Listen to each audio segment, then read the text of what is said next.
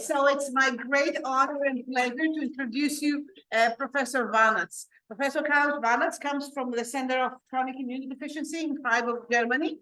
And what's really important is that when we think of common variable immunodeficiency, we refer to what he has written.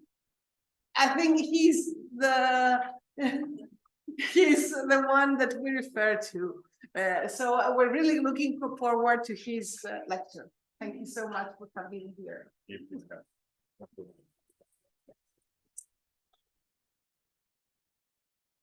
Thank you very much, Marianna. And thank you very much for the invitation and the chance to talk here. I think it's really fantastic to have the opportunity not only to talk to the great summer school, but also to local physicians. So I'm an adult physician, and which means my brain doesn't work so well, so I can't remember all these different names for immunodeficiencies, and especially can't pronounce any more pathogens. And that's why I thought I focus on one immunodeficiency, which is called common variable immunodeficiency, which was a big accusation of the pediatricians in Freiburg that in adult immunodeficiency, we call everything common variable immunodeficiency. And I would like to talk briefly about that, because it's common and it's variable, but it's not arbitrary. And so I would like to share with you what I've learned since then. So these are my disclosures. Perfect. Thank you. So I think this is an ancient wall, which was the end of the Roman Empire. And so there are separations, and that is very, very important. And we talked about it already during the summer school, that we distinguish how we call the immunodeficiency we expect or diagnose in our patients. And so there's areas which are inside the Roman Empire, and they're in, so that is what we call now common variable immunodeficiency. But this wall has been very, very difficult, and it's still leaky, and I still don't think that we have exact definitions of how we separate common variable immunodeficiency from combined immunodeficiency, and Antonio very nicely introduced both concepts already. And we also have another separation to unclassified hypogammaglobulinemia. So there are many hypogammaglobulinemias out there which have not fulfilled the criteria why we would call them, and I will show them in a minute to you, what we call common variable immunodeficiency. And the decision whether you have to treat and replace immunoglobulins may partly depend on what you're using in and what you're using out.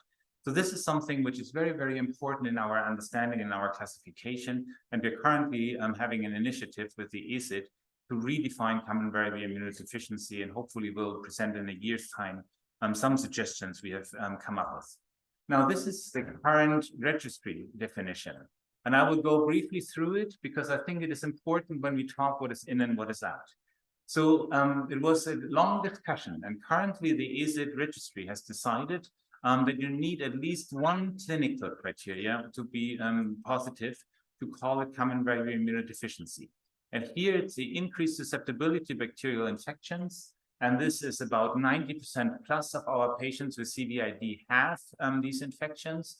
And these are fortunately bacteria which we can pronounce. So this is classically Haemophilus. This is pneumococcal infection. There are gastrointestinal infections.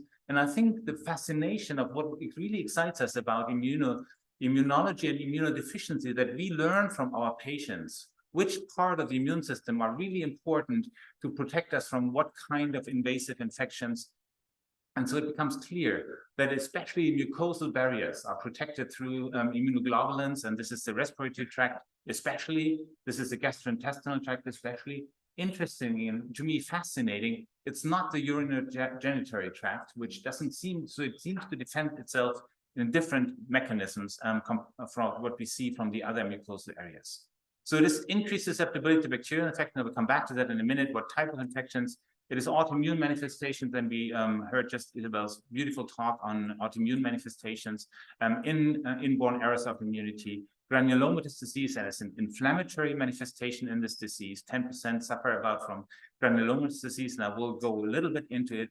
It is again the unexplained polyclonal lymphoproliferation, and you were warned about just calling it benign lymphoproliferation.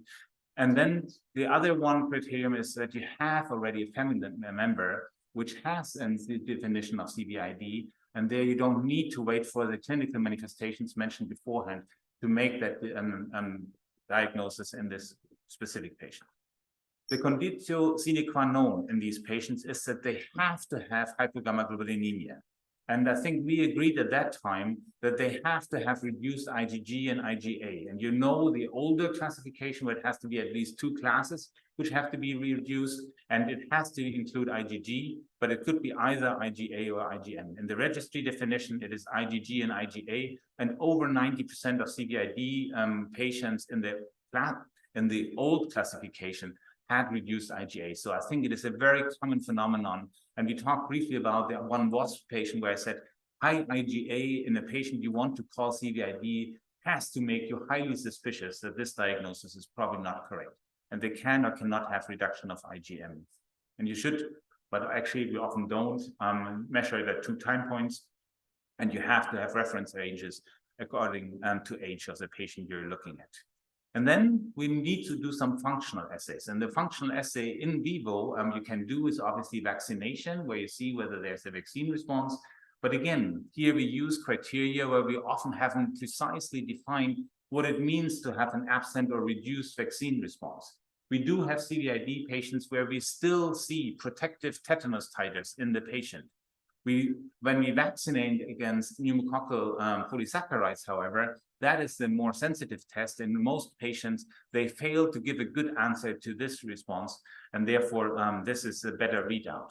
However, there are patients who have been already put on by someone else, possibly on immunoglobulin replacement, and so the readout is actually difficult to access because you do have, in most cases, not neoantigens. SARS-CoV-2 was a great chance to look at this.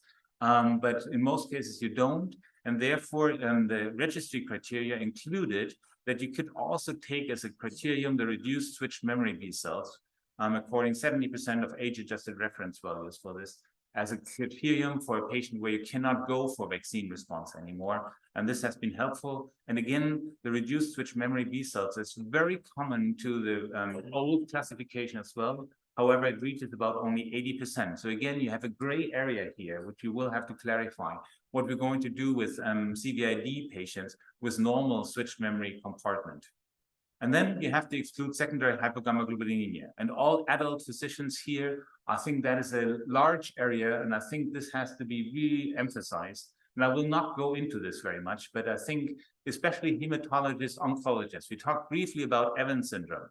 We have the difficulty that patients who have presented with Evans syndrome have received high-dose steroids or have even received high-dose steroids and rituximab. Afterwards, suddenly, for some reason, they develop infections. And then you look for the immunoglobulin levels, and at that time, they're reduced. The problem then is you cannot tell anymore whether that was reduced already before you start your immunosuppressive therapy or whether that has been really a primary immunodeficiency. The diagnosis should not be made before the 4th year of life, even so the symptoms can present earlier, and that is due to the fact that there may be transient hypogammaglobulinemia, which will be outgrown, and therefore we either need to come up with better criteria than just immunoglobulins to also diagnose patients earlier, or we leave it at this stage and then have to come back. And Stefan Ehl in our group was very insistent that we made this, what I showed here, this wall tighter to combined immunodeficiency by including or excluding actually evidence for T-cell immunodeficiency. Does any one of you know, I especially asked the summer school classes, there were 3 criteria defined, and 2 of them have to be fulfilled, that you would be called combined immunodeficiency, and you cannot give any more the diagnosis of CVID. What were the 3 criteria? Anyone knows? Yes. So one is absent proliferation. So in the case of absent T-cell proliferation after stimulus, that was one criterion. CD4 in adults, CD4 T-cell counts, and I don't know for the other age ranges, so I will stay with adult. Correct. CD4 count under 200, and the third one, under 10% of naive CD4 cells. So the criterion absent proliferation is almost, we have 1 in 700 patients who had absent proliferation. Extremely rare, very unlikely to find. The other 2, however, is a critical concern in our patients. We have about 10% plus who have less than 10% naive in our cohort, where we always think, is this already combined immunodeficiency or is it still CVID? And most of them have above 200 CD4 cells, and therefore we would not call them combined. But there is still a relevant group of the patient who have under 200 CD4 counts, and therefore they should be called combined immunodeficiency and should be concerned about the complications of combined immunodeficiency, as well as the potential necessary treatment of combined immunodeficiency, which will vary from CVID. So this is, I think, something which I think is not everywhere done, but I find this very, very important, at least to watch carefully. And I have seen patients turning from CVID into CID over time by just losing CD4 counts and developing CMV, systemic CMV infection, where I would say this is not CVID. If you don't immunosuppress your patient and this patient has CMV manifestations, clinical CMV manifestations, in my eyes, this is combined immunodeficiency and needs to be looked after as combined immunodeficiency and not be called. And that's why I'm saying this is not arbitrary what we call CVID. And I think this wall towards the CID needs to be better defined and be very, very carefully looked after. So once you made the diagnosis of CVID, I think there are two helpful classification systems currently. And I think we are waiting for better classification systems of CVID. The one and the obvious one is the clinical classification, and the world of CVID falls into two groups. The one is the infection-only group, and the other one is what we call complex form of CVID. And the complex form is defined basically by everything what Isabel introduced you to. So it is autoimmune cytopenia, it is interstitial lung disease, and I will mention a bit more about these. It is most of the time, fortunately, benign lymphoproliferation, but a 4% risk of lymphoma development in our CVID patients. It is chronic enteropathy. I will mention a few words on this. And I think for the internists among you who do work in the field of immunodeficiency, these may be presenting, as Isabel pointed out, these may be the presenting symptoms in them. And that's why these patients end up with sarcoidosis in pulmonary specialties, why they end up with autoimmune cytopenia and hematology, or why they end up with enteropathy in the gastrointestinal departments. And therefore, I think it is very, very important to be aware of it. 10% have granulomatous disease, many of them at the beginning of the disease already. Liver disease, I will mention, because I think it is a special thing. Unfortunately, this is rather a later manifestation, so we don't lose many to the hepatologists, if you want to say so. So just a brief recapitulation what you need to make IgG and IgA. You remember I mentioned it to you. IgG and IgA is the two classes which are reduced, and we had a case of CD40 ligand deficiency, which was discussed already about that. I just would like to mention CD40 ligand deficiency can make IgA, so it doesn't need to be completely absent in CD40 ligand deficiency. But classically, what you need is obviously B cells, you need T cells. They need to come together, be activated in an area where they can communicate with each other, and then found something which is called the germinal center. This is this beautiful structure up here, which you see here in red, where you have the dark and light zone, and within the dark and light zone, the affinity maturation happens and the somatic hypermutation happens. And then if you work well with the germinal center, the output is normal memory B cells and long-lived plasma cells. Plasma cells can live lifelong. Somebody calculated measles-specific plasma cell can live 3,000 years. I have no clue how that person came up to that conclusion, but it's really, really long-lived. Now, in the infection only, what we typically see there, that they may or may not have lymph nodes with secondary follicular hyperplasia and changes into the germinal centers. But what they do have or not have is, they do not have the normal amounts of memory B cells and plasma cells.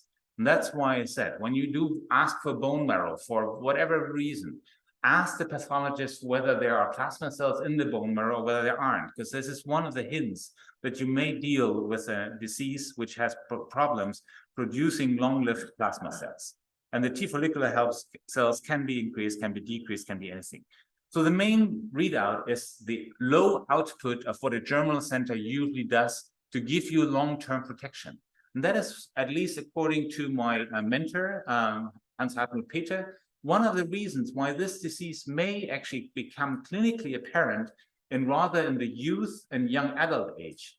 Because until then, you often answer with primary responses.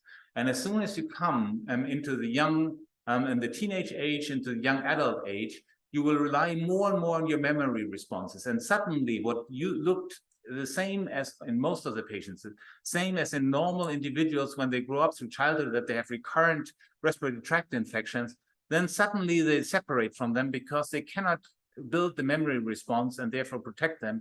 And therefore they continue having primary responses if they can to these infections. And that's where they suddenly become apparent with their infectious disease trait. Now the complex forms, oh yeah, sorry. No, I'm missing here something. Oh, I'm missing here something. All right, I'm missing here something. I was going to show you a little bit more about the complex forms where this same scheme is true.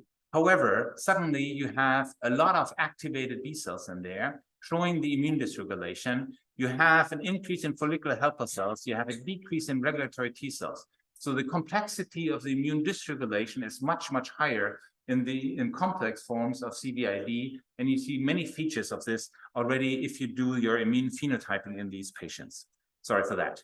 Now, clinically, the hints are that splenomegaly is often a first and early onset hint for these complex forms. So when you have a patient with autoimmune cytopenia and splenomegaly, latest then, please do the immunoglobulin levels and check whether you see something apparent which is wrong. And here again, I just try to emphasize again, infection-only CVID do have certain infections, but opportunistic infections is not within the spectrum of this disorder. Now, what is underlying this disease? And I think it has been mentioned, and you were talking about genetics, and you were saying, yes, it is very, very helpful. And I totally agree. And I think, Stephen, you're right. But in countries like Greece, where they have to pay it out of their private pocket, it probably is not an approach that you can easily go to, but it hopefully will be accessible more in the future, and it will be helpful because the complexity of the dysregulation in these systems is so high that with our immune phenotyping, I think we will rarely have a chance, for a few exceptions, we will rarely have a chance to predict exactly the genetics, and that's why next generation sequencing was a big breakthrough, even for CVID, where we think that we can explain something between 15 and 25% of our patients now, and bring them back to some kind of monogenetic cause of the disease. Now, I have to emphasize, however, that you see here about a third of these patients have a variant or a mutation in TACI, and you know that TACI doesn't cause the disease, but is the risk factor for this disease. But the more prominent ones, which are disease causing with different levels of penetrance, are now the autosomal dominant forms of CTLA4 haploinsufficiency and NF-κB1 haploinsufficiency. So these two make an increasing amount, at least in the Western world, with an outbred population of the CVID field, and it is very, very helpful. So when you're in Greece and have to talk to your Greek CVID patient, when is it worth investing money into genetics? I think it is worth when you have a complex form of CVID.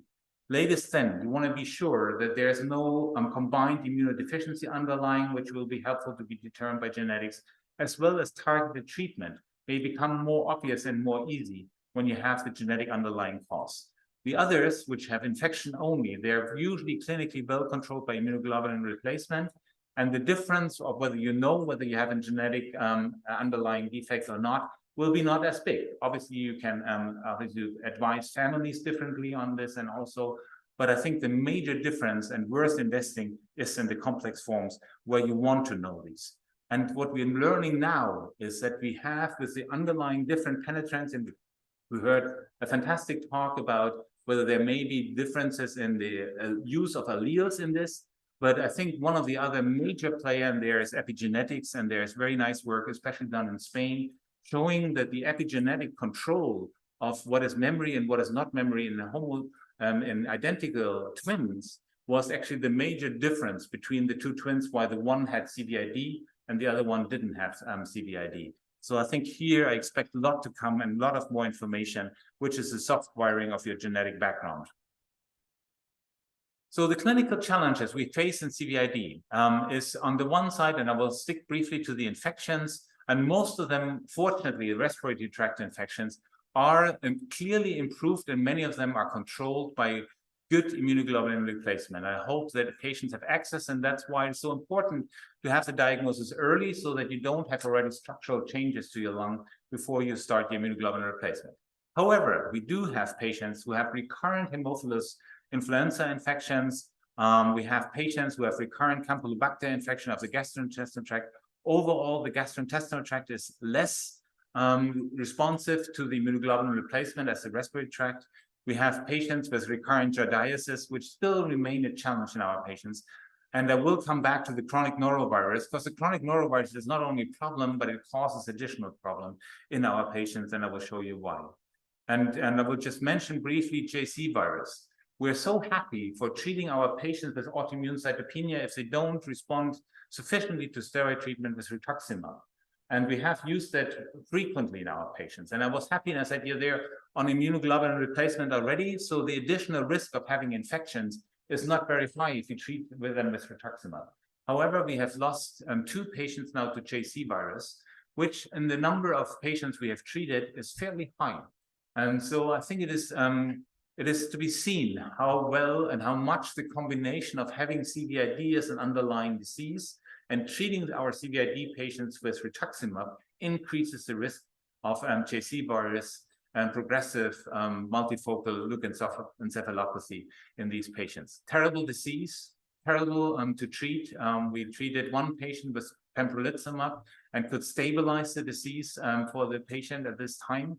The other patient was a complex form of CVID. We discussed, she was a young lady. We discussed back and forth whether we would go for pembrolizumab because we were worried about re-causing her original symptoms, which were controlled under immunosuppression, including rituximab, so that we would cause when we get in with pembrolizumab, because pembrolizumab treated patients was partly similar and overlapping to what we see in these complexes with the enteropathy, with the cytopenia, and so on. So we went back and forth and with her, and she finally decided that she will go for the pembrolizumab treatment, and it was terrible. We went with pembrolizumab. She developed the complications we were afraid of. We treated with steroids. The JC virus went up. We discussed with her again, are we coming back with pembrolizumab to suppress? It was going back and forth. And after 3 months, the patient decided she doesn't want to continue that way and decided to die.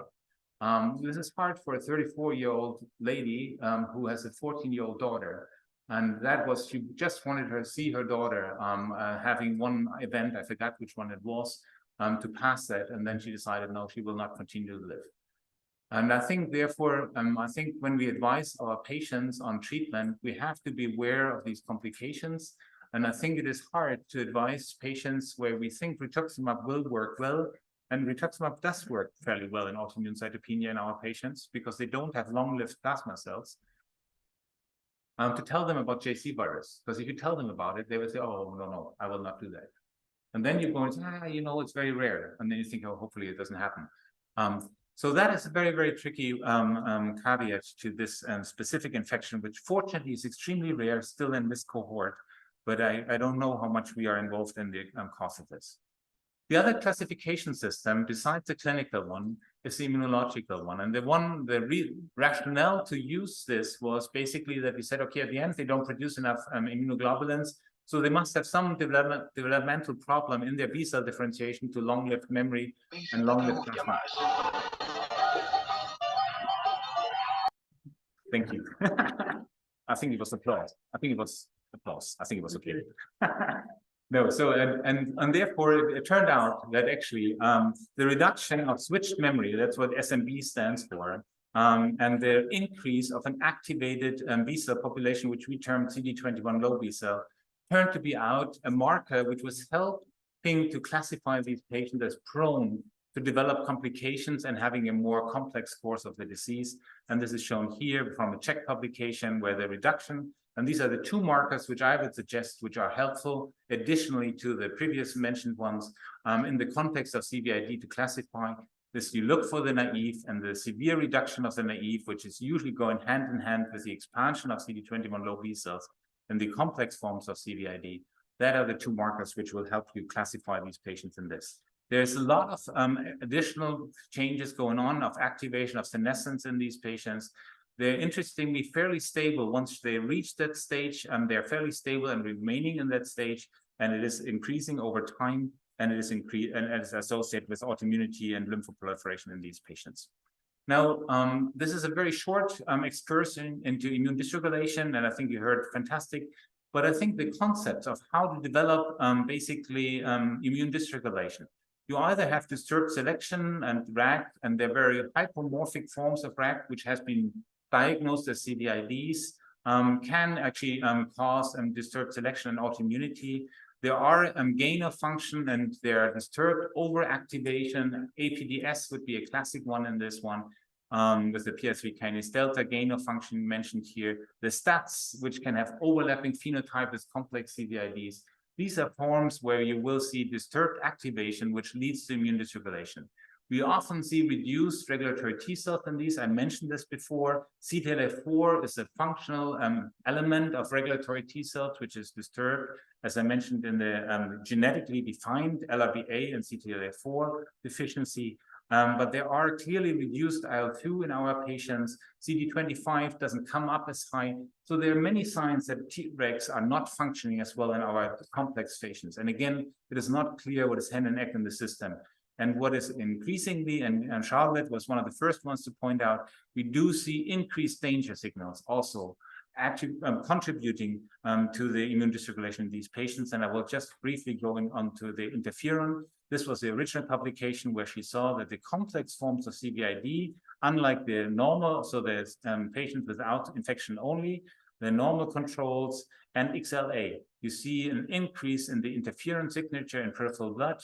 And the interferon signature is not only a type 1 interferon signature, but it is clearly also a higher interferon gamma, which shifts. And we mentioned that briefly when we talked about STAT1 gain of function. You remember that the shift to TFH1 and away from the TH17 cells in these complex forms of patients, which you see here. These are the complex forms, and this goes hand in hand with the 21 low expansion in these cells, in these patients, sorry.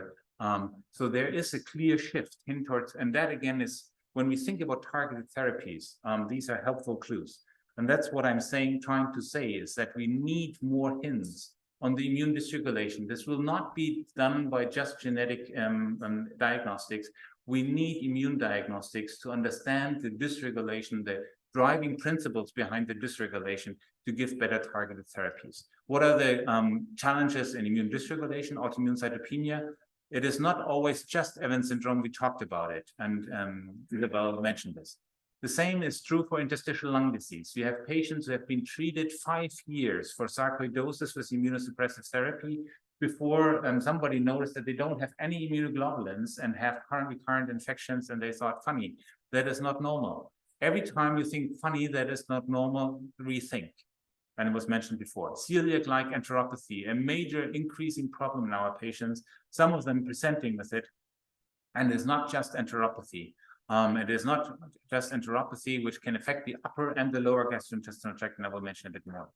The lymphoma, there's nice work from Paris. Eric Oxenhandler screened lymphoma patients who have secondary hypogamma for mutations, and he found similar mutations in the same cohort, which were diagnosed with lymphoma and secondary hypogammaglobulinemia. Maybe these were actually primary immunodeficiencies who had manifested first with lymphoma, and it was not secondary hypogamma, but it was. And that's why it is so important to please screen your patients early on before you treat them for immunoglobulin levels. And there are certain specificities I'm not going into about the lymphoma and CVID. You have an increase in extranodal marginal zone lymphoma, diffuse large B-cell lymphoma with a high percentage of UVV positivity, higher than in the normal population. And we have certain in CTLA4 insufficiency, for example, an increase in Hodgkin lymphoma. So again, I think it was mentioned, and Steve, you were the person who said, yes, we probably need to look also at underlying genomic alterations in our patients with malignancy, because there might be an additional driver mutations on top of that, but there might be an underlying risk which we haven't appreciated beforehand. Now, this picture shows the gastrointestinal tract, and this is taken from an HIV publication. So this is HIV. The funny thing is, all of that, what is said here, is true for CVID. So what we see in HIV is that there is a loss of tight junctions. So you have not intact gastrointestinal barrier. You have local inflammation. You have secretory IgA, which is decreased in our patients to start with anyway. We do see a preferential loss of Th17. I've shown you already. We see increased enterocyte apoptosis, and the ratio basically, and we have crypt flat, we have basically villi flattening, and we have a full picture of celiac enteropathy in the late disease. What are the driving mechanisms in there? And this was Valentina in our group, which had looked at it. And this is just, I just love these pictures. That's why I had to show you. Sorry for that. But it is now the possibility to look at the site. And I think this is the next take-home message with you. I think we always look in the blood, but I think it is so crucial that we start looking at the sites of inflammation, what is really going on there. And what you see there is you see increased phosphostat-1. So you see STAT1 phosphorylation increase. So this is probably mostly interferon driven. And you see that in the macrophages with here associated with the yellow sign for CD163, but you also see it in CD4s and CD8 cells. And you see suddenly that you see that here usually the enterocytes are blue for pankeratin, and they turn turquoise because they suddenly start expressing MHC2, and they become immunogenic, and that's why you have more inflammation there. And what is the main driver for MHC2 expression on enterocytes? It's interferon gamma. So I think, again, we need to look at these sites and to understand how we treat our patients with these specific complications better, because it will be differ from site to site. And the next slide I would like to show you just briefly is a picture of the granulomatous interstitial lymphocytic lung disease, a picture which is sometimes mistaken for sarcoidosis with nodular changes, with ground glass changes, with consolidations, which will histologically have different pathologies behind it. It's part of the systemic lymphoproliferation. It's associated, and that's why we need the genetics, the specific genetics. It's a mixed T and B cell infiltration that's different from the gut, where it's only T cells. There's no known trigger. There's a high buff expression, very nice shown by Paul Marion. Again, opening new targeted therapies for this specific complication of our patients. Our diagnostics will improve. I think we are there. We're here at Exome. I'm sure that genome will help. I'm not quite sure when, and I'm not sure I will experience that still. But I think what I will experience still is that we will have to look at more signatures. I think interferon signatures were used for interferonopathies to diagnose. I think we will use them also in other disorders to understand better where the pathology plays. Proteomics, and here's very nice work from Helen Levis showing that high levels of IL-10 and others are also predictive of our patients. And the in vitro especially interesting for the gene variants evaluation, which I will not go into it. So the ultimate goal is to treat our patients with targeted treatment. And the targeted treatment is not only, but also for the genetic defect underlying it. And after hearing the fantastic talk on PKC delta, I'm not so sure anymore that rituximab is placed that high. So we will have to learn more what the optimal treatment is for PKC delta. But it's not only the genetic defect. It is a question of the pathogenesis of the secondary complication and the receptor involved, which will allow us to hopefully improve the targeted therapies for our patients. And therefore, in the summary, I wanted to show that CVID is heterogeneous, and this heterogeneity will actually include the pathogenesis, but the pathogenesis is important to understand to provide better treatment. We need to read the multiple layers, and the layers are just the genetic defect, but they're also the immune dysregulation in our patient and the site where we have to look into this. Epigenetics and transcriptional profiling will become helpful in this. The altered germinal center response will be crucial to understand how we can manipulate the infection only, but especially also the complex forms of CVID, and the genetic background is associated with T cell exhaustion, TFH expansion, chronic B cell activation, which contributes to this. And the management will improve if we have a better grasp of all this, what I mentioned before. And with this, I would like to thank you, all the patients, families, and open for questions if there are time.